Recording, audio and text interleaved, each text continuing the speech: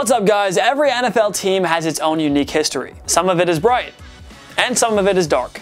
With regards to the latter, these teams have all made some awful mistakes that their fans wish they could have back. Whether it was a bad draft pick, a miserable trade, or a brutal hire, every NFL club set itself back at some point with one awful transaction. Let's get into the absolute worst decision in the history of every NFL franchise. Arizona Cardinals, drafting Matt Leinart. The USC product won the 2004 Heisman Trophy as well as many other awards during his time in college. The QB-desperate Arizona Cardinals drafted Leinart with the number 10 pick in 2006, but he didn't come close to replicating his college success at the NFL level. He suffered numerous injuries during his time with Arizona, and fortunately for them, Kurt Warner revived his career and led this team to a Super Bowl 43 appearance. But Warner retired after the 2009 season, and it left the Cardinals scrambling for a QB over the next 10 years. Arizona could have drafted a perennial Pro Bowl talent over Leinart, like Haloti Ngata, Chad Greenway, Tamba Hali, or Antonio Cromartie. One of those guys could have made a huge difference in their Super Bowl quest. Atlanta Falcons, trading Brett Favre. The Falcons drafted Favre with the 33rd pick in 1991, but he only had 4 passing attempts in his rookie season. Atlanta quickly decided that Favre wasn't for them, and they traded him to the Green Bay Packers for their 1992 first-round pick. Favre would go on to win 3 MVP awards in Green Bay, and he led them to consecutive Super Bowl appearances in the 1996 and 97 seasons, winning it all in the former year. Baltimore Ravens, rebuilding after Super Bowl 47 championship. The Ravens won Super Bowl 47 Ray Lewis' swan song year, and rather than keep the band together for another run, GM Ozzie Newsome decided to rebuild. The Ravens didn't retain Pro Bowl safety Ed Reed, who signed with the Houston Texans. They traded top receiver Anquan Boldin to the San Francisco 49ers for peanuts. And they chose not to re-sign cornerback Corey Graham or stud linebackers Paul Kruger and Dannell Ellerbe. All 3 left in free agency. The Ravens would miss the playoffs in 2013, and in 4 of the next 5 seasons altogether. What if Newsome kept the bulk of their team together after the title? Maybe they could have won another.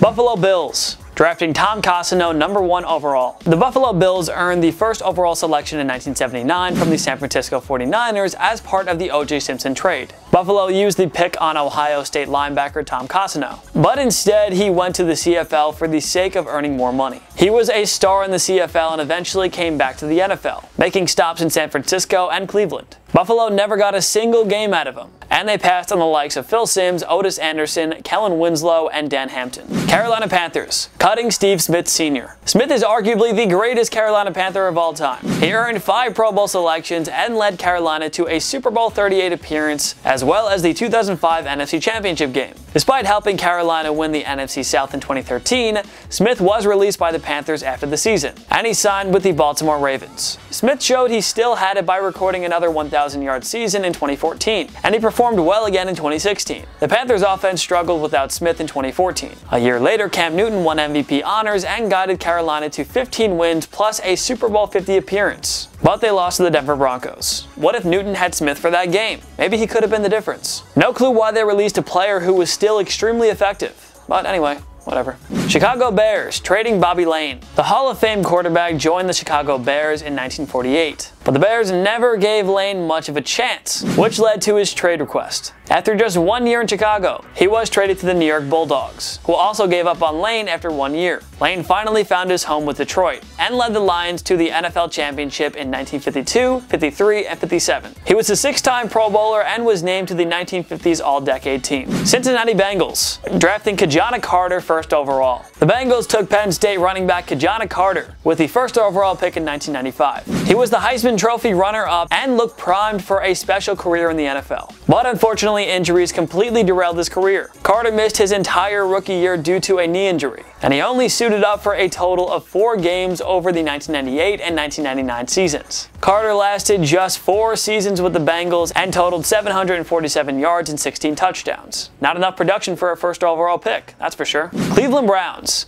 drafting Tim Couch first overall. No team has made more mistakes than the Browns in the Super Bowl era, but taking Tim Couch first overall in 1999 was the king of Cleveland sports miscues. Couch lasted just 5 years in the NFL and compiled 22 wins against 37 losses. And he had 64 touchdowns against 67 interceptions. So yeah, The Browns obviously didn't get what they bargained for. Certainly a waste of a first overall selection. Dallas Cowboys, firing Jimmy Johnson. Jerry Jones bought the Cowboys in 1989 and made the gutsy decision to fire the legendary Tom Landry, replacing him with Jimmy Johnson. It turned out to be a true franchise-changing move, and Johnson rebuilt the Cowboys into a dynasty, leading them to a pair of Super Bowl championships in the 90s. But Jones wasn't happy when Johnson asked to have more say about player personnel, and their working relationship was fractured beyond repair. Jones refused to listen to his Super Bowl winning coach, and he drove Johnson straight out of town. Jones hired Barry Switzer to take over as head coach. The Cowboys would win a third Super Bowl in the 1995 season, though it was mainly Johnson's players that shaped his championship team. Denver Broncos, hiring Josh McDaniels. Mike Shanahan was head coach of the Broncos from 1995 to 2008. He led the team to Super Bowl 32 and 33 championships and recorded a .616 winning percentage. But following a woeful collapse in 2008,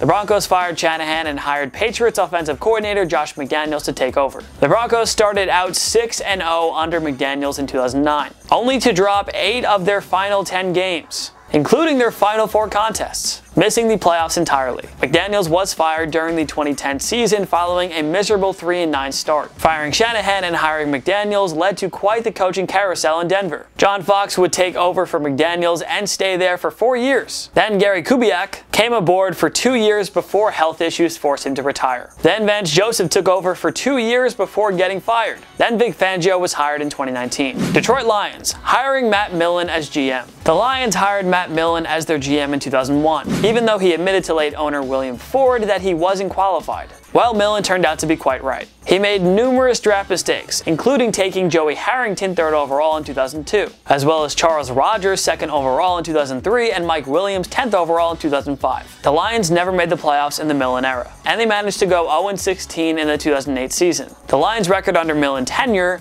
which spanned from 2001 to 08, 31-97. The real question is how he lasted so long. Green Bay Packers, drafting Tony Mandarich. The Green Bay Packers drafted Mandarich with the number 2 pick in 1989. He was hyped up as the greatest offensive lineman ever, but Mandarich had a major attitude problem and put himself before the team. He also didn't sign his rookie contract until days before the start of the regular season. The Packers gave up on Mandarich and released him after 3 seasons. The Packers, by the way, passed on Barry Sanders, Derek Thomas, and Deion Sanders, who were taken with 3 picks right after Mandarich.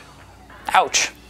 Houston Texans, drafting David Carr 1st overall. The Texans joined the NFL as an expansion franchise in 2002, and they were granted the 1st overall pick that same year. Houston used the selection of Fresno State quarterback David Carr, but he wasn't able to live up to the expectations. Carr could only absorb so much of the blame, as he was sacked 76 times in his rookie year, a record that stands today. Carr posted a 22-53 record in his 5 years with the Texans and had just 59 touchdowns against 65 interceptions. The Texans moved on from Carr in 2007, and he spent the remainder of his career as a backup. Indianapolis Colts, trading John Elway. The Baltimore Colts drafted John Elway with the 1st pick in 1983, but he refused to play for the organization and forced them to make a trade. The Colts gave in and sent Elway to the Denver Broncos in exchange for offensive lineman Chris Hinton, as well as QB Mark Herman and a 1984 first-round pick, which was used on Ron Solt. Hinton was a standout and a Pro Bowler for the Colts, but he and the other 2 couldn't bring the same impact that Elway brought to Denver. The latter guided the Broncos to 5 Super Bowl appearances, and they won back-to-back titles in the 1997 and 98 seasons. The Colts were a mess for a decade following their relocation to Indy, and the franchise wasn't saved until Peyton Manning was drafted 1st overall in 1998. Jacksonville Jaguars, drafting Blaine Gabbert over J.J. Watt. The Jaguars were desperate for a quarterback, so they traded up with Washington to snag Missouri QB Blaine Gabbert with the number 10 pick in 2011. Gabbert lasted just 3 seasons in Jacksonville and won just 5 of 27 starts while tossing 22 touchdowns against 24 interceptions. Who went right after Gabbert at 11th overall?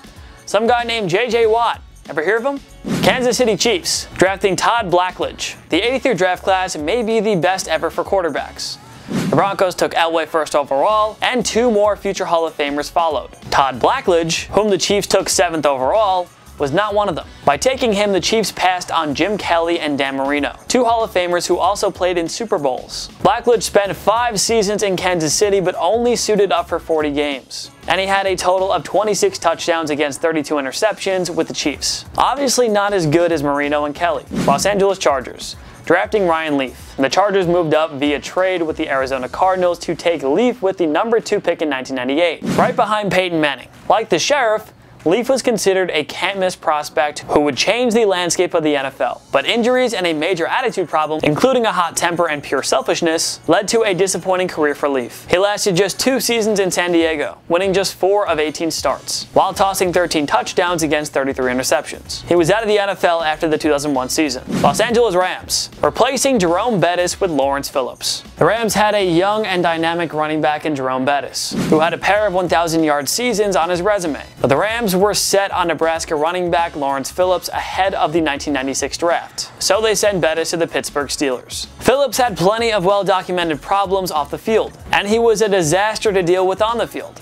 The Rams cut him after 2 seasons, while Bettis embarked on a Hall of Fame career in Pittsburgh that saw him win Super Bowl 40. Miami Dolphins, taking Dante Culpepper over Drew Brees. The San Diego Chargers chose to move on from Brees after the 2005 season and moved forward with Phillip Rivers. Brees entered free agency and began negotiating with the Miami Dolphins. However, Miami was scared away because of his shoulder injury, and Brees would sign with the New Orleans Saints. Miami then traded for Minnesota Vikings QB Dante Culpepper, surrendering a second-round pick in return. Culpepper made for just 4 starts in Miami and was gone after the 2006 season. Brees won Super Bowl 44 with the Saints and became the NFL's all-time passing yards leader. You think the Dolphins would take a do-over here? Minnesota Vikings. The Herschel Walker trade. The Vikings were high on Dallas Cowboys Pro Bowl running back Herschel Walker, and they decided to sacrifice the world to get him. Many sent Dallas 5 players and a bundle of draft picks, including 3 firsts and 3 seconds. This started up the Cowboys dynasty of the 90s. Dallas used their pick on cornerstone players like Emmitt Smith,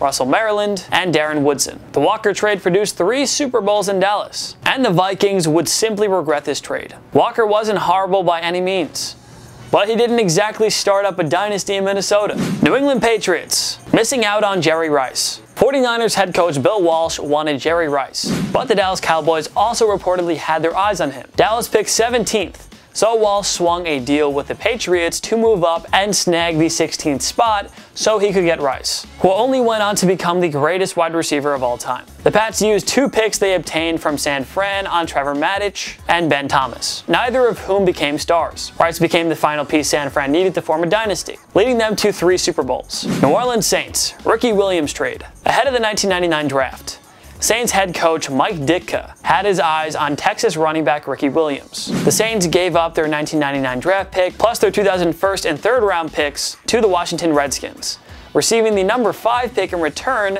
so they could draft Williams. With the strong haul from the Saints, the Redskins drafted future Hall of Fame cornerback Champ Bailey and standout offensive tackle John Jensen. Now Williams was productive in his 3 years with the Saints, but the franchise was still a mess with him. Ditka was fired during the 1999 season, and Williams was sent to the Miami Dolphins in 2002. It's never smart to trade your entire draft for one player, especially one that only spends 3 years with the organization. New York Giants, drafting Cedric Jones. The Giants selected Oklahoma defensive end Cedric Jones with the number 5 pick in 1996, passing on a handful of future superstars and Hall of Famers. Jones spent 5 seasons in the NFL, but only totaled 15 sacks over that time frame. New York passed on all-time greats like Jonathan Ogden, Marvin Harrison, Brian Dawkins, Terrell Owens, and Ray Lewis, whose Ravens crushed the Giants in Super Bowl 35. Terry Glenn and Eddie George were among the other future standouts that the Giants could have taken over Jones. New York Jets, letting Bill Belichick get away. Bill Parcells resigned from the Jets after the 1999 campaign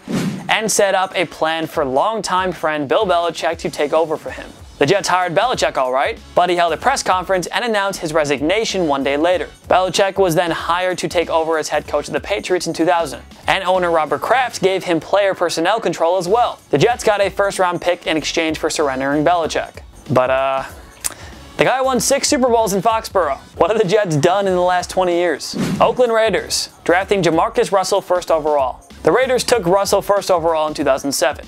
But he simply couldn't perform at the NFL level. Russell only appeared in 25 games over a 3-year span. He posted a record of 7-18 and had just 18 touchdowns against 23 interceptions.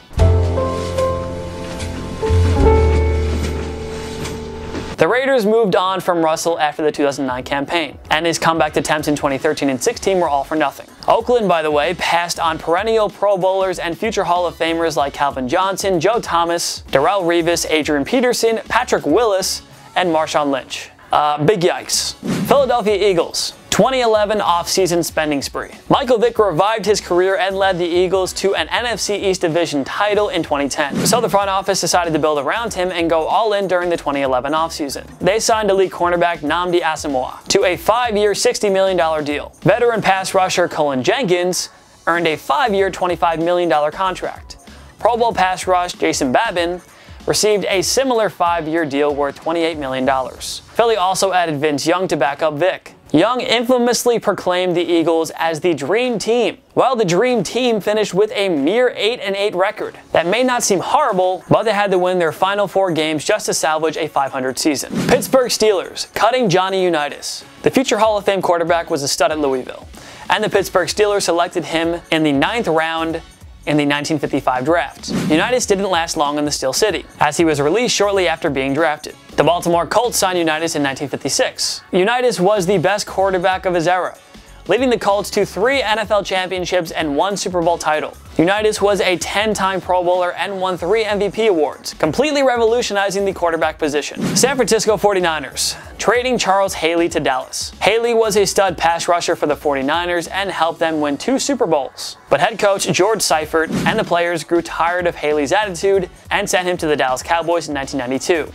Receiving 2nd and 3rd round selections in return. Well, Haley turned out to be the final piece of the Cowboys championship puzzle. He won 3 Super Bowls in Dallas, and Haley's Cowboys took down the 49ers in the 1992 and 93 NFC championship games. What if Haley stayed with San Fran for the entire time? Maybe they would have added more championships to their dynasty while thwarting the Cowboys. Seattle Seahawks, throwing the ball from the 1-yard line. The Seattle Seahawks won Super Bowl 48 over the Denver Broncos, and they looked poised to become a dynasty with a powerful rushing game and dominant Legion of Boom defense. Seattle met New England in Super Bowl 49. Facing a 2nd and goal situation from inside the 1, with the game on the line, the Seahawks just had to feed the ball to Marshawn Lynch.